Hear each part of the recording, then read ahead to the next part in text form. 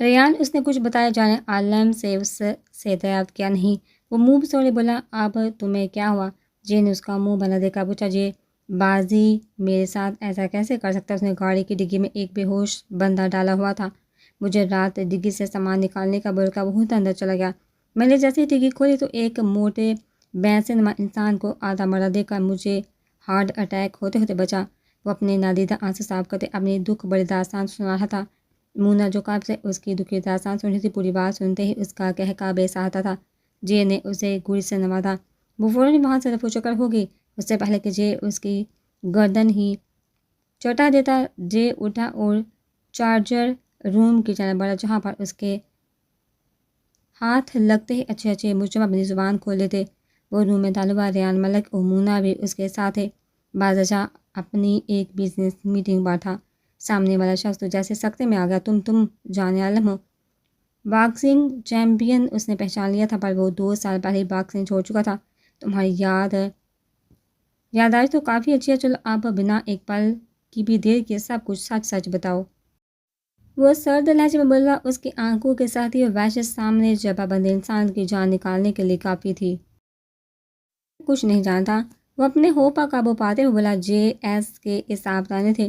ریان وہ غصے سے دوڑا، اس کے در پر ریان ملک اور مونا رہ لگے تھے۔ تو سامنے بیٹھا انسان تو جیسے مرنے والا ہو گیا، جاؤ ان کے ہاتھ میں عدالت کے لیے سامان لے کر آؤ۔ وہ سامنے بیٹھا شخص کو سر نظر سے دیکھتے حکم دیا، جس پر ریان ملک نے بنا تاخیر کے عمل کیا۔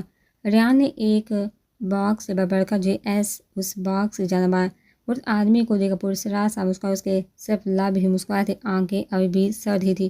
آدمی کو اس کی عجیب سی مسکراہٹ سے خوف آیا تھا، پر جان تو تب ہوا ہوئی جب اس نے اپنے بائیں ہاتھ کی انگلیوں پر بلیڈ لگی مٹھی چڑھائی، ایک کٹر نکال کر اس کی جانب بڑھایا۔ دیکھو جان عالم، میں کچھ نہیں جانتا۔ اسے اپنے قریب آتے دیکھ کر بامشکل بولا مونا، ڈارلنگ یہ بینس ساتھ ہو گیا کام سے۔ ریان نے زبان میں گزری ہوئی مونا نے اسے گولی سے نوازا، کوئی بات نہیں، میں سب اچھے سے یاد دلاؤں گا۔ جیسے اس کے سامنے بیٹھ کر اس کی چھوٹی انگلی تھامتے نرمے سے سہلاتے بولا، وہ خوف سے زرد ہوا۔ جے ایس نے اس کی آنکھوں میں دیکھتے کٹر سے اس کی انگلی کاٹ دی۔ انگلی کٹنے پر اب اس آدمی کی چیخیں عروج پر تھی۔ شور سے مجھے سخت نفرت ہے۔ اس کی دوسری انگلی کو تھامتے ہوئے سرسراتے لہجے میں بولا آدمی، مشکل سے اپنے درد کی شدت کو دباتے مشکل سے اپنی چیخوں پر قابو پایا، کیونکہ وہ اپنی دوسری انگلی کو اس کی پکڑ میں محسوس کرتے اس کی دھمکی کا مطلب سمجھ گیا تھا۔ مجھے دوسری بات پوچھنے کی عادت نہیں، وہ کہتے ہوئے اس کی دوسری انگلی بھی کاٹ گیا۔ وہ پھر سے گلا پھاڑے چیخا، درد سے وجہ سے مرنے والا ہو کے پر زبان ابھی بھی نہ کھولی، بہت ہی غریب ہے سالہ۔ ریان ملک کو بھی اب غصہ آنے لگا۔ جے ایس نے بنا پوچھے اس کی ایک ایک کر کے ساری انگلیاں کاٹ دی۔ وہ درد سے نیم جان سا ہو کر بے ہوش ہو گیا۔ ریان ملک نے اس پر پانی ڈال کر اسے ہوش دلایا، میں سب بتاتا ہوں۔ وہ جے ایس کو اپنے کان کی جانب کٹر بڑھاتے دیکھ کر تیزی سے بولتا، میں آیاز نامی کے لیے کام کرتا ہوں، میرا کام کلب اور کالجوں میں مال ڈلیور کرنا ہوتا ہے، وہ ہمیں کہاں ملے گا؟ اس کی بات سنتے جے ایس نے ایک زوردار مکہ اس کے منہ پر چڑھتے ہوئے سے ضرب کیا، اور پھر وہ رونا چنگاڑتا سچ اگل گیا۔ رے تم جانتے ہو آگے کیا کرنا ہے؟ عالم راؤ ریان ملک سے کہتے وہاں سے نکل گیا۔ ریان ملک نے اس کی بات پر سر ہم کرتے اس کے لیے حکم پر عمل کیا۔ اگلے لمحے وہ ایک چیخ کے ساتھ وہ غلیظ وجود ہمیشہ کے لیے ساکت ہو گیا تھا۔ بادشاہ میٹنگ سے سیدھا اپنے گھر آیا تھا۔ کچھ عرصے پہلے ہی اس نے گھر کی مرمت کروائی تھی، اب وہ پھر سے ایک بار پہلے جیسا ہو گیا تھا، پر آباد کہاں ہو پایا تھا۔ جہاں کبھی خوشیوں کہکوں کی کھلکھلاہٹیں ہوا کرتی تھی، اب ہر سو ویرانیوں کا ڈیرا تھا۔ دہلیز پر پاؤں رکھتے ہی دھندلی یادوں نے اسے آگرہ ساحل بیٹا جلدی سے تیار ہو جاؤ، کچھ ہی دیر میں آپ کی پرنسس آنے والی ہے۔ وہ کب سے اس کے پیچھے بھاگتے اسے تیار کرنے کی کوشش میں تھی۔ ماما میں ریڈی ہو جاؤں گا نا، پہلے مجھے اپنی پرنسس کے لیے گفٹ تیار کر لو پلیز۔ وہ ٹیبل پر جھک اپنے کام میں مصروف سا بولا تو وہ مسکراتی اس کا ڈریس نکال کر بیڈ پر رکھتی، اس کی پیشانی پر بوسہ دیتی باہر کی جانب بڑھی۔ سیاہ لباس میں ملبوس وجود کا ہاتھ بے ساتھ اپنی پیشانی پر گیا، جہاں اسے اپنی ماں کا لمس آج بھی محسوس تھا۔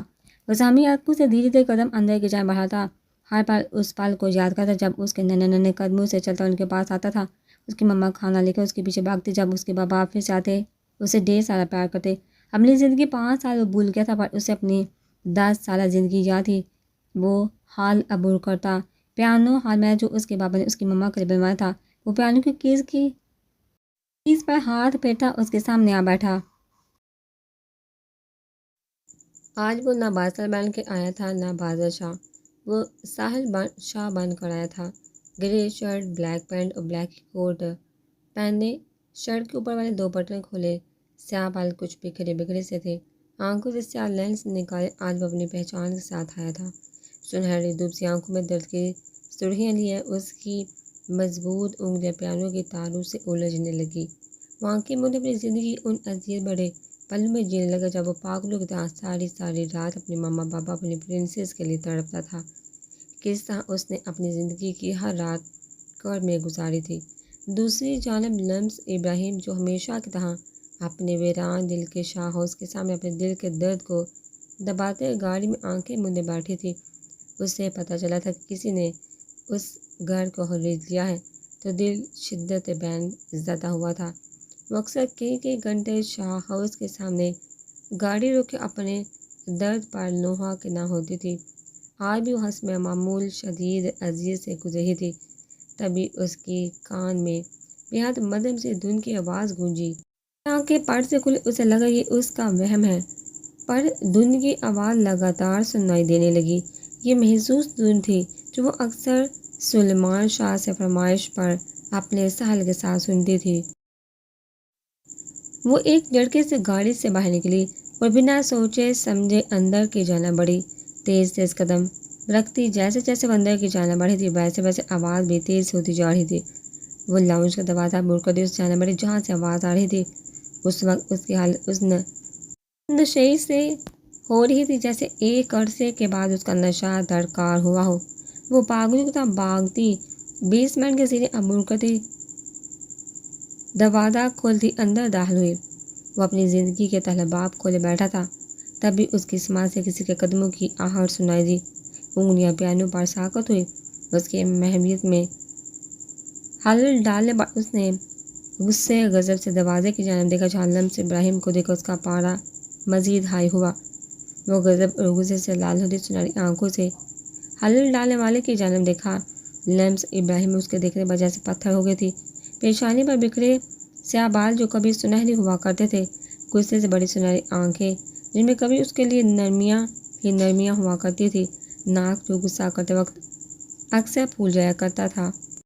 گلابی بیل جو لب جن سے ہمیشہ اس کے لیے پھول ہی جڑتے تھے، سفید رنگت پر اب بڑی بیل بے شک وقت کے ساتھ اس کے نئے نقش میں تبدیلی آ گئی تھی، پر ان سنہری آنکھوں کو کبھی بھول نہیں سکتی تھی۔ وہ بنا پلکوں کو جھپکائے اسے دیکھا کہ وہ وجود پیانو کے سامنے سے اٹھا اس کی جانب بڑھا۔ ایسا کیسے ہو سکتا ہے؟ وہ بمشکل خود کو سنبھال پائی تھی۔ آنکھوں کے سامنے جیسے اندھیرا چھانے لگا، دماغ بالکل موپ ہو گیا تھا۔ وہ ایک ہی جسم میں اس تک پہنچا، وہ ایک جھٹکے سے اسے دیوار کے ساتھ پن کیا۔ کیا کر رہی ہو تم یہاں؟ اس کے بالوں کو منٹوں میں دبوچے ضبط کر رہا تھا۔ وہ درد سے کرا کر رہ گئی تھی۔ مقابل کی گرفت اس قدر سخت تھی کہ اسے لگا وہ اس کے بال ہی اکھاڑ دے گا۔ بتاؤ کیوں آئے ہو تم یہاں؟ وہ لمس ابراہیم خوب سے آنکھیں میچ گئی، اگلے پر اپنے حواس کھوتی اس کے باہوں میں جھول گئی۔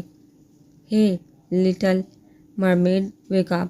وہ ایک دم سے نرم ہوا تھا، ملامت سے اس کے گال پر 2 انگلیوں سے سہلاتے اسے ہوش دلانے کی کوشش کرنے لگا۔ سرخ سفید پھول دار اسکرٹ پر سفید کلر شرٹ پہنے، گلے میں اسکارف ڈالے، سیاہ بالوں کا محض جوڑا بنائے جس میں سے بہت سے بال نکل کر اس کے حسین چہرے کو چھونے کی گستاخی کرتے اس کے دلکش چہرے کو مزید رعنائیاں بخش دیے تھے۔ دراز پلکوں کی چادر کسی گہری چھاؤں کی مانند لگی تھی بازل شاہ کو۔ ایسے کیسے کسی لڑکی کی پلکیں اتنی لمبی ہو سکتی ہیں؟ کہیں یہ مصنوعی تو نہیں؟ بازل شاہ کے دل میں سوال ہے، نہ جانے کیا تھا اس لڑکی میں کہ وہ کھینچا چلا جا رہا تھا۔ اس دن سمندر پر وہ اپنے اندر کی کثافت کم کرنے گیا تھا اور پھر وہ مل گئی اسے اس دن ریسٹورنٹ کے باہر پہچان گیا تھا، پر اس کے پوچھنے پر انجان بن گیا۔ وہ نرمی سے اسے اپنی باہوں میں بڑے اپنے روم کی جانب بڑھا، اس کے اندر کی وحشت جیسے کہیں دور جا سوئی تھی۔ وہ بے چینی، بے قراری، وحشت، آوارگی سب جیسے اس کے قریب آتے ہی قرار پا گئے تھے۔ وہ نرمی سے اسے اپنے بیڈ پر ڈالتا، اس پر کمفرٹر درست کرتے، سائڈ ڈور سے ایک پیپر پیڈ نکال کر اس پر کچھ لکھتے، ورق نکال کر وہیں ٹیبل پر گلاس کے نیچے رکھتا نکل گیا۔ درد کی شدت سے اس کی آنکھ کھلی۔ ابھی شام کو ہی بوا نے اسے زبردستی دوا کھلا کر سلایا تھا کہ اچانک رات میں اڑتے شدید درد کے باعث اس کی آنکھ کھلی تو سامنے ہی صدام خان اس کے زخمی ہاتھ پر زخم پر انگلی سے مرہم لگا رہا تھا، اور اس کے انداز میں ذرا نرمی نہ تھی۔ خوف کے مارے وہ سانس تک روک گئی۔ میری جان، یہ کیا کر دیا تم نے؟ وہ چہرے پر افسردہ سا تاثر لائے، ایسے بولا جیسے اس نے خود اپنے آپ کو زخم لگائے ہوں۔ وہ بے آواز رو دی۔ اسے اپنے زخم سے زیادہ صدام خان کا لمس تکلیف دے رہا تھا۔ میری جان، رو نہیں، بہت جلدی ٹھیک ہو جائے گا یہ، بس آج کے بعد تم ایسی کوئی حرکت نہیں کرو گی۔ وہ اب بھی اس کے زخم پر انگلی چلا رہا تھا۔ نہیں ہوگی نا ایسی غلطی میری پڑی؟ وہ صفاقی سے اس کے زخم پر انگلی کا دباؤ بڑھاتا اس سے پوچھا تھا۔ وہ درد کی شدت سے مرنے کو ہو گئی، پر خوف سے لبوں سے ایک سسکی تک نہ نکلی۔ نہیں میں نہیں کروں گی، وہ بہت مشکل بولی تھی تو وہ اپنی مرضی کا جواب پاتے مسکرا دیا۔ بہت اچھے، مجھے پتا تھا میری جان میری کوئی بات کبھی رد نہیں کرے گی۔ اس کے حسین چہرے کو دیکھتا خوشی سے گویا ہوا تھا۔ ہیزل کا دل چاہا وہ اگلا سانس تک نہ لے اور مر جائے، یا وہ اپنی جان لے لے۔ مجھے چینج کرنا ہے پلیز۔ وہ کسی بھی طرح اسے جان چھڑوانی تھی۔ ٹھیک ہے، اب میں چلتا ہوں۔ وہ اٹھا تھا۔ اپنا خیال رکھنا میری بڑی۔ وہ اس کے رخسار کو نرمی سے چھوتا وہاں سے نکل گیا۔ اس کے جاتے ہی ہیزل تکیے میں منہ دیتی شدت سے رو دی۔ اور کب کو سکون سے جی پائے گی؟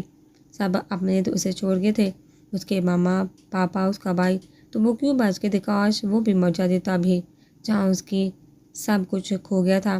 اسے اپنے ماں باپ، بھائی، کسی کی بھی شکل تک یاد نہیں تھی، کوئی بھی تو نہیں تھا اس کا۔ وہ ہمیشہ ایسے ہی صدام خان کے خیال میں سسک سسک کا مرنے والی تھی۔ وہ تینوں اس وقت کلب کے پیچھے موجود تھے جہاں سے کچھ ہی دیر میں ایاز نامی نے آنا تھا۔ وہ تینوں اس وقت بلیک ہوڈی پہنے جس کے بیک پر ان کے نام کے ٹیٹو بنے تھے۔ تینوں نے ہی چہرے پر ماسک لگائے ہوئے تھے اور بال آنکھوں تک آ رہے تھے۔ آنکھوں میں سیاہ لینس لگائے، ہاتھوں میں بلیک دستانے جو ہے وہ تینوں سیاہ رات کا ہی کوئی حصہ لگ رہے تھے۔ جبکہ جیس اپنے دراز قد کی وجہ سے ان دونوں میں نمایاں ہو رہا تھا۔ وہ دیکھنے میں جس قدر دلکشی کا پیک اور ساہر تھا، اسے کہیں زیادہ خطرناک اور شفاق، جیسے ایک بار اسے دیکھا سمجھا نازک کے دل دھڑکنا بھول جاتے، ویسے ہی وہ مجرم کو ایک لمحہ کا بھی موقع دیے بغیر اس کی سانسیں چھین لیتا۔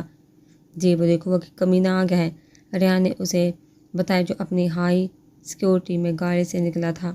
تم دونوں جاؤ اپنے کام پر لگو، اسے میں دیکھتا ہوں۔ وہ سوار لہجے میں بولتا اپنے بلیڈ چڑھاتے ان گاڑیوں کی طرف بڑھا۔ بادشاہ کلب کے اندر بڑھا اور ریحان پیک اپ پلان کے لیے محسوس جگہ پر پہنچا۔ اس سے پہلے کہ ایاز نامی اپنے 4 گارڈز کے ساتھ پچھلی سائڈ سے اندر داخل ہوتا کلب میں، جے ایس تیزی سے اس تک پہنچتا، اس کے منہ پر ایک زوردار مکہ جاڑ دیا۔ وہ کڑا کر زمین بوس ہوا۔ ایاز نامی کے گارڈ اس کی جانب بڑھے۔ جے ایس نے بنا موقع دیے جھک کر اپنے دونوں ٹانگوں سے لگے چاقو نکال کر 2 کی شارک پر وار کیا۔ وہ ایک سیکنڈ میں تڑپتے زمین بوس ہوئے تو دونوں کی سانسیں خشک ہو گئی تھی۔ وہ شیر کی طرح ڈرتا ان کی جانب بڑھا جس کے ہاتھوں سے پستول خوف کے مارے ہی چلنے سے انکاری ہو گئی تھی۔ وہ اپنی لرزتی ٹانگوں ہاتھوں سے سفید پڑتے چہرے کے ساتھ کانپتی ٹانگوں کے ساتھ پیچھے کی جانب بڑھنے لگے۔ ہمیں جانے دو پاپا پلیز، ان دونوں میں سے ایک گڑ گڑایا۔ پر جے ایس کا موڈ اتنا بھی اچھا نہ تھا کہ انہیں بخش دیتا، تبھی غصے اور غضب سے ان کی جانب بڑھا اور ان میں سے ایک نے موت کو اپنے قریب آتا دیکھ کر گولی چلا دی جو نشانہ چونکنے کے باعث جے ایس کے بازو میں پیوست ہو گئی اور خون کا ایک فوارہ پھوٹ پڑا، پر وہ بنا اصلی ان پر جھپٹ پڑا۔ اگر تم بہادری سے لڑتے تو جے ایس تمہیں آسان منہ دیتا۔ وہ سرد لہجے میں بولتا، صفاقی سے اپنی مٹھیوں پر چڑھے بلیڈ سے بری طرح سے اس کا منہ ادھیڑ چکا تھا۔ دوسرا اس کے اس قدر وحشیانہ انداز پر جیسے مرنے والا ہو گیا، اس کے وجود کو پور ادھیڑ کر رکھ چکا تھا اور آخری بار اس کی شارک پکڑتے اس کے سانسیں کھینچ گیا۔ دوسرے نے جے ایس کو اسے مار کر اسے اپنی جانب بڑھتے ہوئے دیکھا تو وہ سر کو پستول پر رکھ کر خود کو ختم کر گیا۔ ایاز نامی کلب کے اندر جا چکا تھا۔ بعض سال ایاز نامی مجھے اپنے سیل میں چاہیے، وہ ایئرپورٹ سے بادشاہ سے بولتا وہاں سے نکل گیا، کیونکہ وہ اچھے سے جانتا تھا بادشاہ اس کے لیے کس قدر پوزیسو ہے۔ وہ اپنی زندگی میں سب کچھ کھو بیٹھا تھا، وہ نہیں چاہتا تھا وہ اسے اس حال میں دیکھ کر کسی عذاب میں مبتلا ہو۔ آیاز نبی جیسے اپنے محسوس روم میں داخل ہوا تو اندر کا حال دیکھ کر دل تھام گیا۔ اس کے ساتھیوں کی لاشیں زمین پر پڑی ہوئی تھی اور سب کو ہی سر کے بیچوں بیچ گولی ماری گئی تھی، اور سامنے ایک سیاہ لباس میں نقاب پوش کو صبح پر ٹیبل پر ٹانگ جو ہے بیٹھا ہاتھ میں پستول گھماتے دیکھا اس کے وجود میں کب کبھی تاری ہوگی۔ وہ اٹھا اور ایک جسم میں اس تک پہنچا۔ آیاز نامی کو تو جیسے سکتہ ہو گیا، بازشاہ نے اس کی محسوس نس دبائی اور اگلے پل اس کے مضبوط کندھوں پر تھا۔ جیس دیدی سے دیوار پلان کا گھر کے دلالا ہوا۔ گھر میں کافی ہائی سیکیورٹی تھی، جیسے گھر کسی پرائم منسٹر کا ہو، پر وہ بھی ایسا اسے کہاں یہ کرائے کے سپاہی روک سکتے تھے۔ وہ تو منہ زور ٹھاٹھے مارتا سمندر تھا جس کا راستہ بڑی سے بڑی چٹان بھی نہیں روک پاتی تھی۔ وہ پائپ کے ذریعے مشکل سے چڑھ کر بالکونی تک آیا۔ خون اب بھی تیزی سے بہہ رہا تھا۔ وہ درد کو ضبط کرتے بالکونی کے دروازے کی جانب آیا۔ دروازہ لاک تھا۔ اس نے چاقو نکال کر لاک کھولا اور آہستہ سے اندر قدم رکھا، پر کسی کسی سکیوں نے اس کا استقبال کیا۔ وہ ٹھٹکا نہ جانے کیوں وہ بے چین ہوا تھا۔ سینے میں گوشت پوشت کا لوتھڑا پھڑپھڑایا تھا۔ جیس نے آہستہ سے پردہ ہٹا کر سسکتے وجود کو دیکھنا چاہا، پر وہ بیڈ پر اونڈے متکی میں سر دیے رو رہی تھی۔ اس کی گھٹی گھٹی سسکیاں جیس کے دل میں ایک طوفان برپا کر رہی تھی۔ وہ بےہودی کے عالم میں بھاری قدموں کے ساتھ اس کی جانب بڑھنے لگا، تب بھی آہر پر سسکتے وجود نے منہ تکیے سے نکال کر اس کی جانب دیکھا، لیکن اپنے سامنے ایک نقاب پوش کو دیکھ کر خوفزدہ ہوتے چیخنے کے لیے منہ کھولا۔ جیس نے اس کے نازک منہ پر اپنا بھاری ہاتھ رکھ کر اس کے چیخ کا گلا گھونٹا۔ مقابل کی ڈر کے مارے آنکھیں پھٹ پڑی۔ وہ جیس تو جیسے کسی فسوخیز لمحے کی قید میں آ گیا۔ وہ دو دن سے جس کی التجائیں کرتی آنکھوں نے اس کی جان جلا رکھی تھی، وہ اس وقت اس کے سامنے سے کچھ فرق نہیں پڑتا تھا۔ وہ اب بھی سرخ گلال ہوتی کھارے پانیوں میں ڈوبی اس کے دل کی دنیا ہلا گئی تھی۔ خود کو کسی انجان نقاب پوش کی قید میں خوف و حراس سے پھڑپڑاتی بری طرح سے مچ رہی تھی۔ وہ اپنے چھوٹے چھوٹے نازک ہاتھوں سے اپنے منہ پر سے اس کا مضبوط ہاتھ ہٹانے کی کوشش کرنے لگی، پر مسلسل ناکامی پر وہ بے بسی سے آنسو بہانے لگی۔ وہ کر بھی کیا سکتی تھی اس کے سوا؟ رو نہیں پرنسس، میں ہاتھ ہٹاؤں گا پر تم شور نہیں کرو گی، وہ مردم آواز میں سرگوشی میں اس کے کان میں جھکا بولا۔ وہ ہراساں سے سانس روکی۔ جیس نے نرمی سے اس کے منہ سے ہاتھ ہٹائے۔ اس کے ہاتھ ہٹاتے ہوئے بزرگ اس سے دور ہی، پر اگلے ہی پل بڑی بڑی سنہری گلابی آنکھیں وحشت سے پھیل گئی۔ جب مقابل کے بازو سے پانی کی طرح خون بہتے دیکھا، جیس نے اس کی نظروں کے تعاقب میں دیکھا تو اپنے بازو سے نکلتا خون دیکھا۔ وہ سمجھ گیا تھا وہ اس کا خون بہتا دیکھ کر ڈر گئی ہے۔ یہاں وہ اس پر نظر جمائے تو حکم بڑے انداز میں بولا۔ اس دل کی سانسیں خشک ہوگی۔ کیا پہلے اس کی زندگی میں کم عذاب تھے جو اب یہ لمبو چور اس کی زندگی میں ان عذابوں کی کمی پوری کرنے آ گیا تھا؟ تم نے سنا نہیں؟ وہ اسے اپنی جگہ سے ہلتا نہ دیکھ کر دبے دبے انداز میں کرایا۔ ماسک میں سے اس کی سیاہ آنکھیں سرخ ہوتی اس کے ویسے ہی جان نکالتی تھی۔ وہ خوف کے مارے لڑتی چھوٹے چھوٹے قدم چلتی اس کی جانب بڑی جلدی۔ ٹائم نہیں میرے پاس، اس پر نظریں جمائے تیکھے پن سے بولا۔ اس کے کہنے پر دیر تھی پر ہزل کی پوٹی دیکھنے لائق تھی۔ وہ ایک سیکنڈ میں اس تک پہنچی تھی۔ کینڈلز ہیں تمہارے پاس؟ وہ خنوس اس پر نظریں جمائے پوچھا تھا۔ ہزل نے اسباب میں سہارا لایا۔ گڈ، لے کر آؤ 2 سیکنڈ سے پہلے ورنہ۔ وہ اس کی ٹھوٹ پر چاقو رکھتے دھمکی میں اس لہجے میں بولا۔ وہ چاقو کو دیکھا، خوف سے سانس روکی۔ جاؤ اب، لے کر اسے کہتے وہ بیڈ پر بیٹھ کر دراز ہو گیا۔ ہزل کپکپاتی ٹانگوں کے ساتھ تیزی سے بیٹھ کے دوسری سائڈ ٹیبل کے دراز سے کینڈل نکال کر اس کے سامنے آ رکی۔ وہ لڑزتے ہاتھوں اس کی جانب بڑی۔ کاٹن ہے؟ اس نے اس کے ہاتھ سے کینڈل لیتے ہوئے پوچھا۔ جی، جس پر اس نے نفی میں سہ لایا۔ جاؤ اپنا کو دوپٹہ لے کر آؤ۔ انہیں لائٹر سے کینڈل جلا کا حکم صادر کیا، جیسے وہ کوئی اس کی داسی کا کیوں؟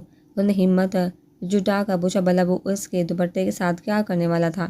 سوال مجھے پسند نہیں اور جواب تمہیں کچھ ہی دیر میں مل جائے گا، اس لیے جو کہا ہے وہ کر۔ وہ جتنی جلدی جہاں سے جانا چاہتا تھا وہ اتنا ہی اسے اپنی جانب مائل ہونے پر اکسا رہی تھی۔ وہ چاند سا بے کر نازک سے بڑی تھی تو کیسے وہ اسے سے نظر چرا لیتا، پر وہ اس وقت ایسا اگر عالم ہوتا تو کب کا اس کے سسکتے وجود کو اپنی باہوں میں بار لیتا۔ اس روتے دیکھ اس نے کیسے خود پر ضبط کے پہرے بٹھائے تھے، بس وہی جانتا تھا اب بھی اس کی جانب دیکھنے سے پرہیز کر رہا تھا۔ ہزل نے دوپٹہ لا کر اسے دیا، پر اسے کینڈل پر چاقو کو گرم کرتا دیکھ آنکھیں پھٹ پڑی۔ وہ کیا کرنے والا تھا؟ وہ چاقو کو گرم کرتے گرم چاقو کو اپنے بازو کی جانب لیا جہاں پر سے اس نے ہڈی کو پہلے ہی پاڑ لیا تھا۔ جان تو تب نکلی جب اس نے چاقو کو اپنے زخم میں گھستے گھمایا۔ وہ ساتھ درد کو ضبط کرتے بے رحمی سے یہ کام سارے انجام دے رہا تھا۔ ہزر کو لگ رہا تھا اس کا نازک سا دل باہر آ جائے گا۔ گولی ملتے ہی جیس نے ایک ہی جھٹکے سے اسے باہر نکالا۔ ان کا جیسے سیلاب امڑ آیا۔ اس نے پورٹی سے دوپٹہ اٹھا کر اپنے زخم پر رکھا۔ پورا دوپٹہ خون سے بھر گیا۔ یہاں وہ اپنے زخم پر دوپٹے کو دبائے اس سے بولا۔ وہ لرزی اٹھی اس کے پکار پر ہمت کرتی اس کی جانب بڑھی۔ نہ جانے کیوں آنکھیں نم ہونے لگی تھی اس کی تکلیف سے۔ وہ بھی تو تکلیف میں تھی نا۔ میری جیب سے رومال لے کر اس پر باندھو۔ وہ اپنے بائیں جانب ہڈی کی جیب کی جانب اشارہ کرتے بولا۔ عزت اس کا خیال کرتے اس کی جیب کی طرف جھکی اور کپکپاتے ہاتھوں سے رومال نکالنے لگی۔ جیس کی سانسیں جیسے تھم گئی۔ اس کے وجود سے اٹھتی جان لیوا خوشبو وہ وجود خود پر ضبط کرتے ساتھی سے آنکھیں میچ گیا۔ وہ سمجھ نہیں پا رہا تھا کیا ہو رہا تھا اس کے ساتھ۔ وہ اس کے سامنے بالکل چھوٹی سی بچی لگتی پھر بالکل وہ تو ساتھ میں اس سے بہت چھوٹی تھی۔ جلدی باندھو اسے یہاں، وہ سرد لہجے میں بولتا منہ دوسری جانب موڑ گیا۔ وہ نم آنکھوں سے اور کپکپاتے ہاتھوں سے رومال اس کے زخم پر باندھنے لگی جس کی وجہ سے عالم کا خون اس کے ہاتھوں پر بھی لگ گیا۔ ہزر کے دل بری طرح سے لرزنے لگا۔ وہ مشکل سے رومال باندھ کر اسے دور ہی اور اپنے ہاتھوں پر لگا خون دیکھتی پور پسینے سے بھیگی عالم اس کی غیر ہوتی حالت دے کر اس کی جانب پر وہ سمجھ گیا تھا۔ وہ نازک سی گھٹی اپنے ہاتھوں پر خون دے کر ہراساں ہو چکی تھی۔ ہزر کی آنکھوں کے سامنے اندھیرا چھانے لگا۔ اس کے ساتھ کیا ہوتا وہ کچھ سمجھ نہیں پا رہی تھی۔ آنکھوں کے سامنے خون میں لت پت دھندلے سے وجود نظر آنے لگے۔ ہے وہ خوفزدہ ہوتی چیخنے لگی۔ عالم تیزی سے اس کی جانب بڑھا۔ اس کے لرزتے وجود کو اپنے مضبوط حصار میں لے لیا۔ ہزر کو لگا اس کا دل پھٹ جائے گا۔ وہ چہرے دھندلے تھے پر اسے لگا وہ اس کے اپنے تھے۔ اس کا وجود اذیت سے عالم کے حصار میں بھی تڑپ رہا تھا۔ گولڈن ڈال کچھ نہیں ہوا۔ عالم کو سمجھ نہیں آتا وہ کیسے اسے اس اذیت سے نکالے۔ وہ مار دی مما پاپا بھائیوں۔ وہ ہزیاتی ہو رہی تھی عالم کا دل جہاں وہ اس بڑی وش کو اپنے سینے میں چھپا لے اور اس کے سارے درد سارے آنسو خود میں جذب کر لے۔ وہ نہیں جانتا تھا یہ چھوٹی سی جان کو کیا تکلیف تھی، کیا درد تھا جو اس کی آنکھوں کو خشک ہونے نہیں دیتے تھے، پر اس کا درد اپنے سینے میں دھڑکتے دل کی ہر دھک پر محسوس کر رہا تھا۔ مجھے بھی مار دو، وہ اس کی ہڈی کو اپنی مٹھیوں میں بینچے ہوئے جیسے التجا کر رہی تھی۔ عالم کا دل جیسے کسی نے مٹھی میں دبوچا اس کے حصار سے نکلی اپنے وارڈ روب کی جانب بڑھی۔ عالم نے اچنبے سے اس کی جانب دیکھا جو وارڈ روب سے کچھ نکالتے اس کی جانب بڑھی۔ تم چور ہونا، تم ایسا کرو یہ سب لے لو، مجھے مار دو۔ اپنے دونوں ہاتھوں میں ڈھیر ساری جولی لی اس کے سامنے کرتے ہوئے التجائیں کرتی عالم راؤ کو ایک نئی اذیت سے متعارف کروا گئی۔ اسے لگا جیسے کسی نے زہر بڑا خنجر اس کے دل میں اتار دیا ہو۔ عالم راؤ کے ضبط جواب دے اس نے اس مومی گڑیا کو ایک پل میں بینچ کر اپنے باہوں میں بھر لیا۔ ایسا مت کہنا ورنہ اس بری دنیا کو آگ لگا دے گا یہ جیس۔ اس کا لہجہ جنونی تھا۔ ایک پل کو ہزر کی دھڑکنیں ساکت ہوئی تھی۔ دوبارہ ایسا کبھی مت کہنا، بہت برا پیش آؤں گا میں۔ اس کی گردن میں ہاتھ ڈال کر اس کا چہرہ اپنے قریب کرتے ہوئے جنونی انداز میں درستی سے بولا۔ ہزر کو بے حد خوف آیا تھا۔ اس سے تمہیں کوئی تکلیف ہوگی تو میں اس وجہ کو جڑ سے اکھاڑ پھینکوں گا، پر مرنے کی بات مت کرنا۔ میں نہیں جانتا تم کیا ہو میرے لیے، پر جو بھی ہو بہت ضروری ہو۔ گولڈن ڈال جب سے تم ملی ہو میں ایک بار بھی تمہیں بھول نہیں پایا۔ تمہاری یہ آنکھیں بہت ستاتی ہیں مجھے۔ ہزر ساکت دھڑکنوں کے ساتھ اسے سن رہی تھی۔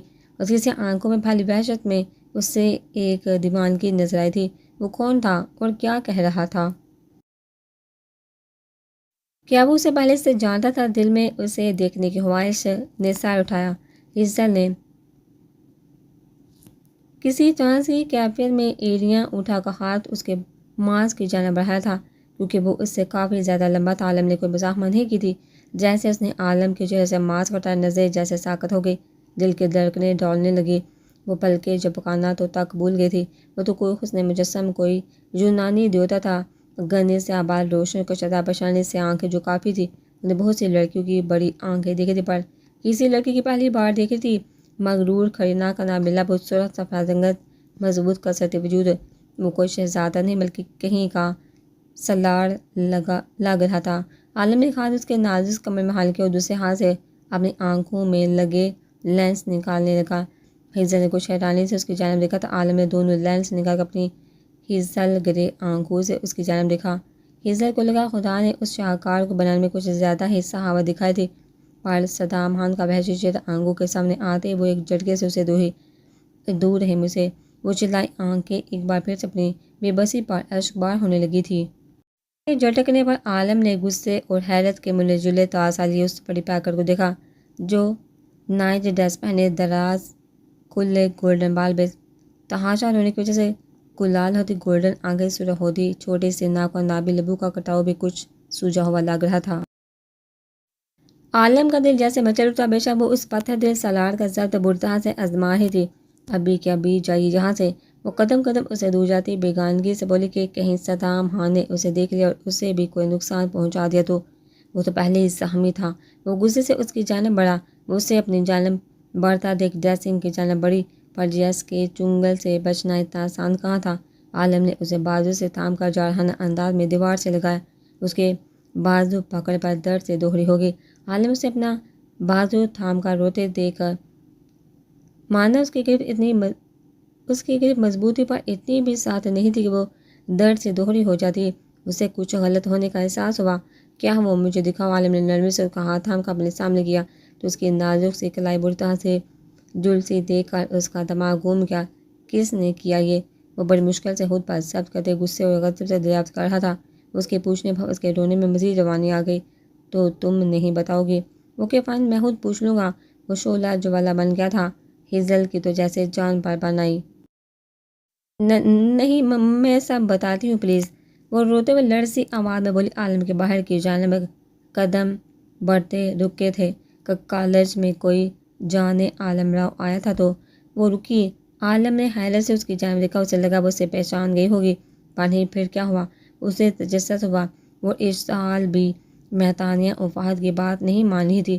وہ مجھے تانگ کر رہے تھے تو میں رو رہی تھی، پھر پتہ نہیں کیسے وہ وہاں آ گئے۔ وہ مجھ سے پوچھنے لگے کہ کیوں رو رہی ہو؟ وہ اپنے زخم پر نظریں جمائے بڑائی آواز میں بتا رہی تھی۔ تو کیا تم نے بتایا اسے؟ وہ بھی اس کے زخم پر نظریں جمائے ہوئے تھا۔ میں کچھ بول نہیں پائی تھی۔ بے بسی سے آنکھوں میں پھر سے طاغیانی آنے لگے۔ بازو کیسے جلے؟ اس نے سرد لہجے میں دریافت کیا۔ اس نے ہاتھ تھاما۔ اس کی سزا ملی ہے۔ وہ سر جھکائے بولے۔ عالم نے کرب سے آنکھیں میں کاش اس وقت وہ اس کی آنکھوں میں موجود التجاؤ پر منہ موڑتا تو آج وہ اس تکلیف سے دوچار نہ ہو پاتی۔ کس نے جلایا؟ وہ سوال کر کے اس کے زخم پھر سے کرید گیا۔ خدا کے لیے چلی جائیے اور کبھی مت آئیے گا۔ اب مجھ سے بہت دور چلے جائیے۔ میں بہت بری ہوں، میری وجہ سے آپ کو درد پہنچتا ہے۔ جو بھی مجھ سے بات کرتا ہے وہ مار دیتا ہے۔ وہ دونوں ہاتھ چہرے پر رکھتی پھوٹ پھوٹ کر رو دی۔ عالم کے ساتھ بتانے تھے اس کی باتیں سن کر۔ میرے ساتھ چلو، اس کا ہاتھ تھامتے ہوئے بولا۔ نہیں، وہ ہاتھ کھینچ گئی۔ مجھے نہ سننے کی عادت نہیں۔ وہ لہو جھلکاتی آنکھوں سے اس کی جانب دیکھتے ہوئے بولا۔ مجھے نہیں جانا پلیز آپ کے ساتھ، آپ چلے جائیے۔ وہ اس کے سامنے ہاتھ جوڑ کے وہ کسی کو تکلیف نہیں دینا چاہتی تھی، پر مجھے ایسا جو دشمنوں کی پوری فوج پر باری گزرتا تھا۔ ٹھیک ہے، میں ابھی جا رہا ہوں۔ یہ کار اپنے پاس کو جب بھی ابھی کسی نے تمہیں ہرٹ کیا یا کرنے کی کوشش کی تو بہت برا پیش آؤں گا، اس لیے جلدی مجھ سے رابطہ کرنا اور خود کو تیار کر لو میرے لیے۔ اس کا گال نرمی سے چھوتے اس کی ہتھیلی پر کار رکھتے شروع میں دشواری سے بولتا، آخر میں نرمی سے بولتا وہاں سے نکل گیا۔ وہ ساکت نظر سے اسے دیکھتی اپنے گال پر اس کا دہکتا لمس محسوس کرتی جل اٹھی تھی۔ کون تھا وہ اور اس کے بازو پر گولی کیسے لگی تھی؟ بہت سے سوال سر اٹھانے لگے تھے۔ پھر ایک نظر ہاتھ میں موجود کارڈ کو دیکھا، کارڈ پر موجود نام دیکھا اس کی آنکھیں پھٹ پڑی۔ وہ جانے عالم راؤ تھا، پر وہ یہاں کیسے؟ ہاں، اسے یاد نہیں تھا کیونکہ اس نے اس کی جانب دیکھا ہی کب تھا، خوف کے مارے ٹھیک سے۔ پر کہہ رہا تھا وہ اسے لے کر جائے گا، گرہان وہ پتہ چلا تو وہ اسے مار دے گا۔ نہیں، میں ایسا نہیں ہونے دوں گی۔ مجھے انہیں روکنا ہوگا ورنہ ہان انہیں بھی مار دے گا۔ نہیں، میں اپنی وجہ سے کسی اور کی جان نہیں جانے دوں گی، بالکل نہیں۔